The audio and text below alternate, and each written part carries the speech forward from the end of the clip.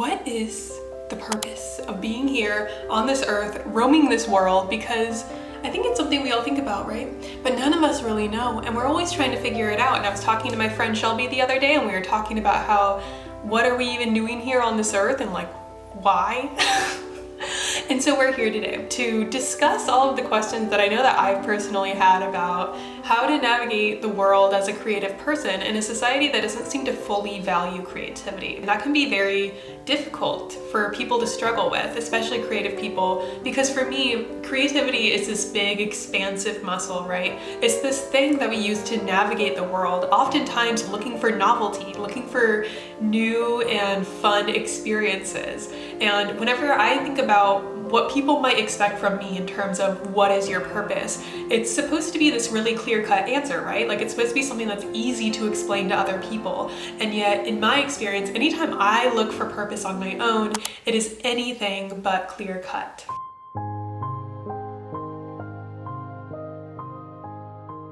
Welcome back to another episode of The Reclaimed Creative, Mindset and Motivation for Everyday Creativity. I am your host, Jen Carmiel, and today we are talking about why are we here? What do we do with our time? How do we feel meaningful about the work that we do, the contributions that we have in this world? See, here's the thing. I recently read a book called The Elsewhere Express, and I would hold it up except for my camera's on it right now, so I can't. But it's this book, and the premise of the book is that there's this magical train that delivers you to your life's purpose. Isn't that such a cool premise, right? And so naturally I picked this book up. I want to read it very desperately, and I'm looking for my own purpose as I'm reading this book. There's a little bit of a cliche about how it's all in the journey, not in the destination, but I think that what we all have to always be looking for is to make sure and keep checking in with ourselves every single day that the journey feels worth it, because so many times I feel like we can disregard what we're actually physically going through because we have our eyes set on the goal, especially if you're very ambitious. Like, I am the type of person that when I have my mind set on something, I'm going to do it and nobody can talk me out of it. I think one of the first things that you have to ask whenever you're trying to find your purpose in life is, what are your natural strengths? Not just what you can be good at, things that you receive compliments on by others, but things that you feel naturally inclined to do. For me, I think back to the earliest possible memories of my life, and I try to think about what are the things that I gravitated towards before I knew others had expectations of me. Nowadays, I think it is very easy to think about what other people want from me in my life, what other people expect from me, right? We can all think of either coworkers, friends, or family that treat us in a certain way, and we get this message, oh, you want me to act X way or Y way. You know what I mean? And so if I tried to think back before any of that mattered to me, what did I spend my time doing? So for me, I know that I spent a lot of time reading and writing. Like, I don't know why I remember like this memory of like reading children's books when I was young and like really intentionally trying to sound out the words. I don't know why I have that vivid memory of really enjoying reading like even the smallest books. I also loved to write. I would write so many stories. I would also love to draw and paint.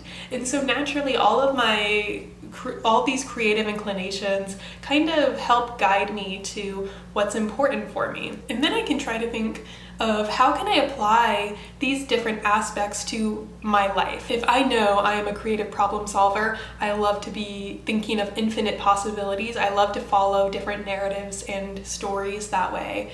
And then I try to match it up with different skills and experiences that I've had since. Which of those experiences have felt the most aligned for me? Whether it's a job, whether it's relationships. Because life's purpose, for me at least, is greater than just the work that you do. It's about how you feel moving through the world. Because work can come and go. You can replace any job you want, right? Like, anytime, I think that whenever I was younger, I got my first salaried position, like as a big girl job, as you call it. And I felt in that moment, like working at that job that really was not for me, right? I felt like I had a hard time letting go of that job in pursuit of something that was better aligned with me, because I felt like, oh, like what happens if I let go of this job and I can't find another one? in reality, it's just about where you're putting your energy, and there's always going to be more possibilities, more opportunity than you ever have energy to pursue. I think that that is a really great mindset to work with whenever you're like, well, what if I say no to this one thing and then all the other doors stay locked? I have never really seen that happen in practice. I'm really curious.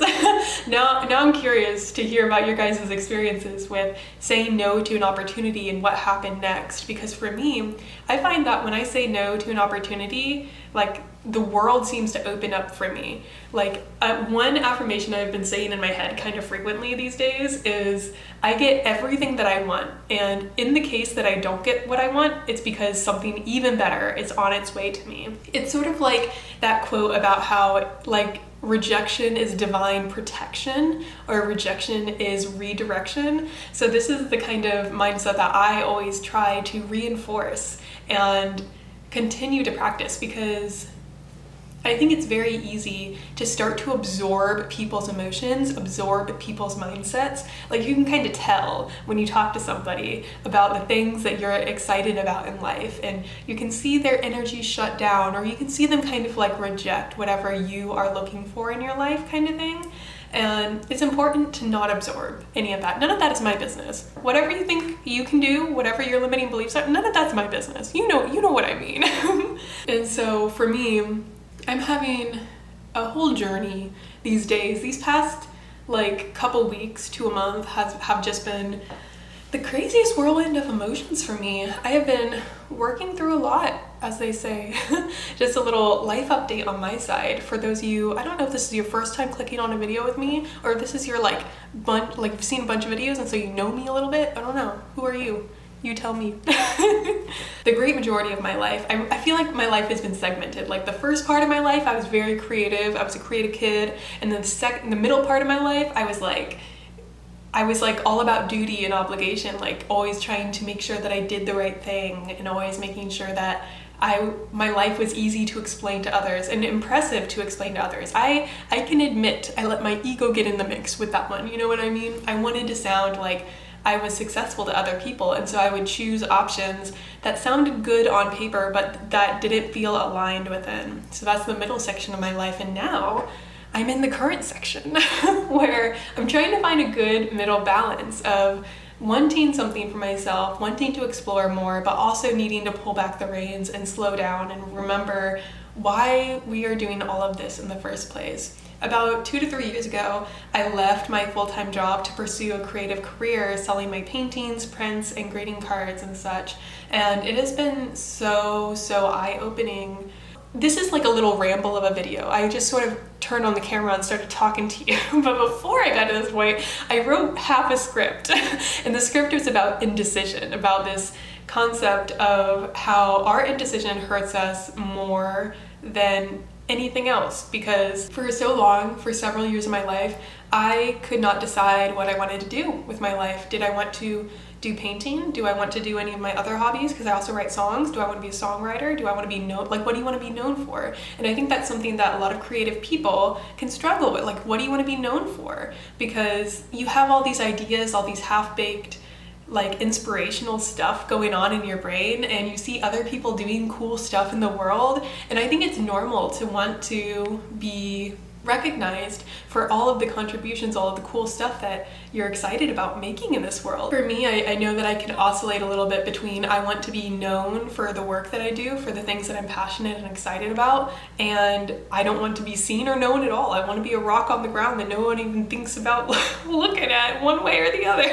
Because being seen can be very vulnerable, right? Anyway, we were on the topic of indecisiveness. I realized recently that I made a decision several years ago to pursue my creative career, right? And in doing so, I have learned so much that has further clarified the possibility of this goal of being a full-time artist. I prefer the term working artist, and there's a video I'll link below as to why I prefer the term working artist instead of full-time artist. It's definitely illuminated so much for me in terms of, is this actually the life that you want? Because it sounded good on paper, it sounded like it would be really fun for me, but the more that I engage in this life, the more I'm like, I don't know if I like it. who's to say? And you know what? That's okay too. It's okay to say, I don't know if I like it. And that's sort of where I'm at in life. What is my purpose? We don't know. It turns out, I don't think there's any one purpose. You know, me and you and me, us creative souls, we do not have one purpose. We have, actually, maybe we do. Maybe our purpose is to just be chilling, vibing, living our best life, having the best time that we can, you know what I mean? Always be looking for the newness, the freshness of life, you know? It wouldn't be very fun at all, would it, if we found one single thing that we're supposed to do for the rest of our life? Like, no, I think that there can be like overarching themes, like, oh, I think that this is something that would make sense for me in the long run, and this is a theme and a thread that I want to run with, but I don't think it makes much sense at all to just choose one thing and then spend your entire life just like walking toward it. I think that instead of being a straight line, it's more like a winding road that has no path in front of you, like a little beautiful field of a bunch of flowers and dandelions, like the one I'm looking at outside my window right now. Anywho, all to say, I think that if you're looking for meaningful work, like the way that you can contribute in the world, it is genuinely the best case to just find like-minded people, to find people either online or in real life that seem like they're your vibe. They know you. They are your tribe now, if you know what I mean. And if that's here, welcome. You know, we can all be a little community here of us creative folks just trying to find our way in this world, because the world can be so noisy sometimes. And I was listening to, I was listening to a YouTuber. I'll link her below if I can find her, but she's a therapist on YouTube, and I've really been liking her series about anxiety and such, because I can be an overthinker, guys. I overthink.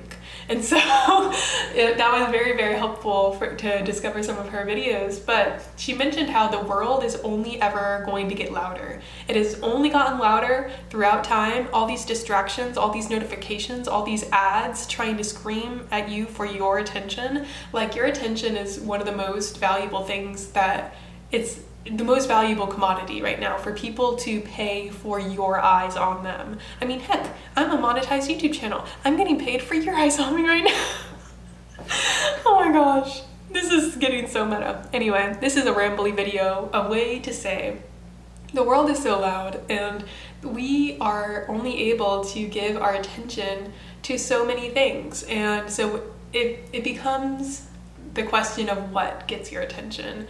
And I know in the past I tried to control where I put my focus, where I put all of my attention, and I think that it requires a little bit of balance. I think that consistency is good, that you should pick something that you like and kind of do it a bunch and stay consistent with it over time. But then there's also the aspect of you that needs to continue to explore. And I know for myself in the last few months, I had been greatly neglecting the part of me that needs to explore. I've just been doing the same thing over and over, grinding it out, doing my hustling all the days of the years. And I got to a very unhappy place. And I said no more. And so here I am telling you to say no more as well. I think that there's great merit in being able to stay consistent with something that you believe is extremely fulfilling and purposeful for you. But I also think that there's great danger in recognizing when something feels too important, because sometimes it feels like something's like so high on a pedestal that it feels like it's so much bigger than you. And so you always feel like you're chasing it. And that's just no way to live. You've just got to get off your feet, off the ground, off the wherever you are, and realize that there's nothing worth chasing, and just trying to find a way to be content with exactly what you have and where you are, and finding ways to make it just a little bit more like joyful each and every day. And by the way, this is not a planned plug, but I do have a Small Joys Club that I think that you would really like. If you're vibing with this video right now, I have something called the Small Joys Club. Actually, I have some back here. I have something called the Small Joys Club, which is essentially where I mail you an art print and a letter every single month to help celebrate the small joys in life. They often have themes and such, and if you get the longer letter like this one, you get a little journal prompt at the end, which is always very nice. This is the 4x6 art print for this month. Anywho, I think that this has been enough rambling for today. I think you got this. I think that whatever it is that you've been spending too much time overthinking, I think that you can just take a deep breath now. It's all going to be okay. It'll all work itself out. It always does. Look at you standing here. It's because you have made it through every single one of your bad days, right? So give yourself some credit, bro. You got this. Anywho, let me know what you thought about this video, because I just sort of turned on the camera and started talking because it's been such a hot minute since I like posted. But I think it's because I was overthinking. I was like, I need to make a perfect script before I start recording. And no, I'm just gonna turn on the camera and I'm just gonna do it. You know what? This is what we're talking about. Indecision turned into action. You got this. As always, spending any amount of time here on this channel with me is a gift. I really do consider it a gift, and for that, this humble artist says thank you. Yay. I have my tea. My tea is here. I can't wait until I get this room looking pretty, because right now it's a bit of a state. It's currently under construction.